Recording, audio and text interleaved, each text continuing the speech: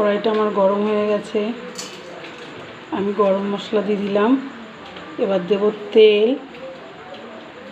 তেলটা দিয়ে আমি বানাবো এটা কাশ্মীরি আলুর দম।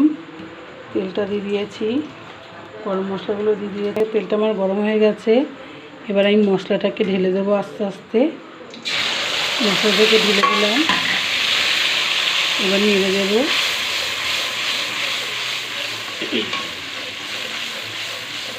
তেলটা ছাড়বে, তারপরে আলুগুলো দিয়ে দেবো। দেখো তেলটা ছেড়ে দিয়েছে, এবার আমি আলুগুলোকে একে একে সব দিয়ে দেবো।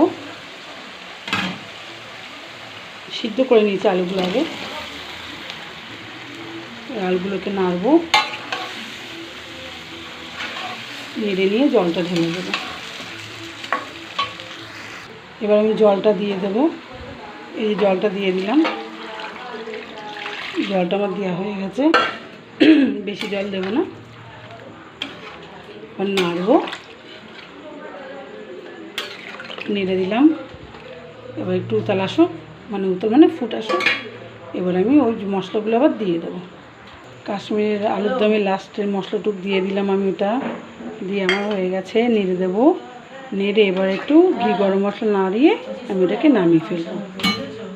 মশলা দিয়ে দিলাম, এবার আমি ঘি দিয়ে দেবো।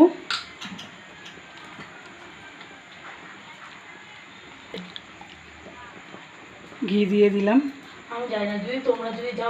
এবারে দেবো। এবার একটু কাসুরি মেথি হাতের মধ্যে টেলে নিয়ে দিয়ে দেবো। সুন্দর একটা গন্ধ বেরিয়েছে, রান্নাঘরটা গন্ধে মম করছে, খুব সুন্দর গন্ধ বেরিয়েছে।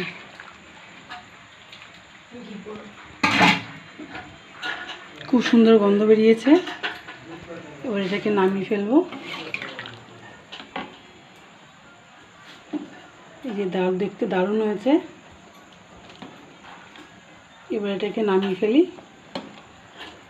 খুব সুন্দর হয়েছে, এই যে সুন্দর হয়েছে দেখতে, গন্ধে সারা ঘর মম করছে রান্নাঘরটা। এই যে আমার হয়ে গেছে কাশ্মীরি আলুর দম রেডি। এবারে আমি লুচি করব। আমি লুচিগুলো ভাজা দিচ্ছি। এই যে আমার লুচি ভাজা হয়ে গেছে, এবার আমি তুলে রাখছি। এই যে আমার খাবার রেডি হয়ে গেছে, ছোলার ডাল, কাশ্মীরি আলুর দম, পায়েস, আর হচ্ছে লট চমচম, আর হচ্ছে ছানার জিলাপি, লুচি। আমার খাবার রেডি, ওদেরকে খেতে দিয়ে দিই। ভিডিওটা এই পর্যন্ত। সবাই ভালো থাকবে, সাবধানে থাকবে। এই পর্যন্ত ভিডিওটা রাখলাম। ভালো লাগলে একটু লাইক কমেন্ট শেয়ার করে দেবেন, সাবস্ক্রাইব করে দেবেন।